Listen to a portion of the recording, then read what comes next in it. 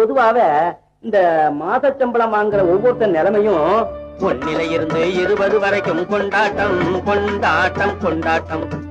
தேதி ஒன்னில இருந்து சம்பள தேதி ஒன்னில இருந்து 20 வரைக்கும் கொண்டாட்டம் கொண்டாட்டம் கொண்டாட்டம். 21 இருந்து 30 வரைக்கும் திண்டாட்டம். 21 இருந்து 30 வரைக்கும் திண்டாட்டம் திண்டாட்டம் திண்டாட்டம்.